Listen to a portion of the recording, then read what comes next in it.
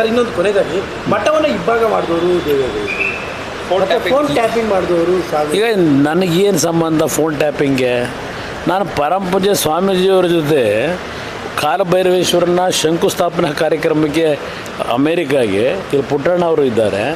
ನಾವೆಲ್ಲರೂ ಸ್ವಾಮೀಜಿಯವ್ರ ಜೊತೆ ಅಮೇರಿಕಾಗೆ ಹೋದಾಗ ತಾನೇ ಸರ್ಕಾರ ತೆಗೆದಿದ್ದೀವರು. ನನಗೆ ಸ್ವಾಮೀಜಿಯವ್ರ ಬಗ್ಗೆ ಅನುಮಾನ ಇತ್ತು. ಅವರು ಫೋನ್ ಟ್ಯಾಪ್ ಮಾಡಿಸೋದಾದರೆ ಸ್ವಾಮೀಜಿಯವ್ರ ಜೊತೆ ಯಾಕೆ ಹೋಗ್ತಿದ್ದೆ ನಾನು? ನಿಮಗೆ ಬೀಳುತ್ತೆ ಸರ್ಕಾರ. ಯಾರು ಡಿ.ಕೆ. ಯಾರು ಹೇಳಿದ್ರು?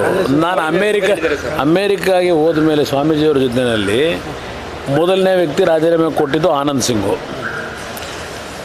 ನಾನು ಫೋನ್ ಮಾಡಿದೆ ಎಲ್ಲರಿಗೂ, ಏನು ಸಮಸ್ಯೆ ಇಲ್ಲ, don't worry, will take care ಅಂತ ಹೇಳಿದ್ರೆ ಯಾರ್ಯಾರು ಹೇಳಿದ್ರು? ನೀವು ಅಲ್ಲೇ ಇರಿ ಅಂತೇಳಿ, ಪರವಾಗಿಲ್ಲ ನಾವೆಲ್ಲ ವಿಲ್ ಮ್ಯಾನೇಜ್ ಅಂತ ಹೇಳಿದಾರೆ ಯಾರು? ಸ್ವಾಮೀಜಿಯವ್ರನ್ನ ಯಾಕೆ ಇಲ್ಲಿ ಹೇಳ್ತಿರ್ತಾರೆ?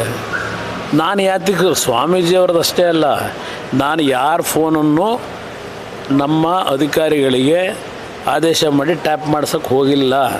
ನಾನು ಆ ರೀತಿ ಟ್ಯಾಪ್ ಮಾಡಿಸಿದರೆ ಸರ್ಕಾರ ರಚನೆಯಾದ ಮಾರನೇ ದಿವಸದಿಂದಲೇ ರಮೇಶ್ ಜಾರಕಿಹೊಳಿ ಮತ್ತು ಶಿವಕುಮಾರ್ ನಡುವೆ ಏನೋ ಒಂದು ಕಲಹ ಪ್ರಾರಂಭ ಆಯ್ತಲ್ಲ, ಯಾರಿಗೋಸ್ಕರ ಕಲಹ ಪ್ರಾರಂಭ ಮಾಡಿದ್ರು ಇಬ್ಬರು?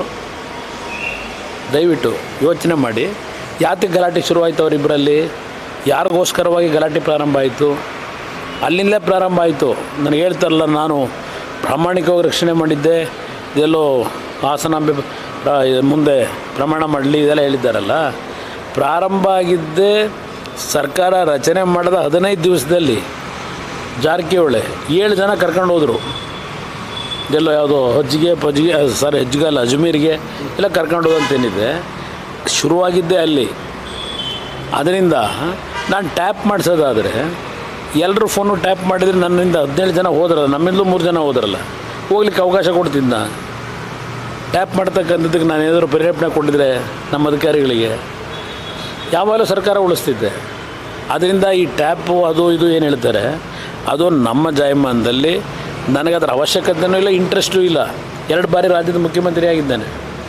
ನಾನು ಯಾವುದೇ ನನ್ನನ್ನು ದ್ವೇಷ ಮಾಡಿ ಯಾರು ನಮ್ಮ ಜನಾರ್ದನ್ ಪೂಜಾರಿ ಅವರು 150 ಕೋಟಿ 2 ತಿಂಗಳು ನನ್ನ ಮೇಲೆ ಅಪಾದನೆ ಮಾಡೋರು. ಜನಾರ್ದನ್ ರೆಡ್ಡಿ ಅವರು, ಜನಾರ್ದನ್ ಪೂಜಾರಿ ಅವರು, ಜನಾರ್ದನ್ ರೆಡ್ಡಿ ಅವರು, ಅವ್ರ ಬಗ್ಗೆನೇ ನಾನೇನು ತಲೆ ಕೆಡಿಸ್ಕೊಳ್ಳಿಕ್ಕೆ ಹೋಗಲಿಲ್ಲ. ಅಧಿಕಾರ ದುರುಪಯೋಗ ಪಡಿಸ್ಕೊಂಡು ತೊಂದರೆ ಕೊಡೋಕ್ಕೆ ಹೋಗಲಿಲ್ಲ. ಇದು ನಮ್ಮ ನಡವಳಿಕೆ. ಪಾಪ ಇವ್ರಿಗೆ ಇಷ್ಟ ಬಂದಾಗೆ ಜನಗಳಲ್ಲಿ ಒಂದು ರೀತಿ ಸಂಶಯ ಉಂಟು ಮಾಡ್ತಕ್ಕಂಥ ಹೇಳಿಕೆಗಳು ಕೊಡ್ತಾರೆ.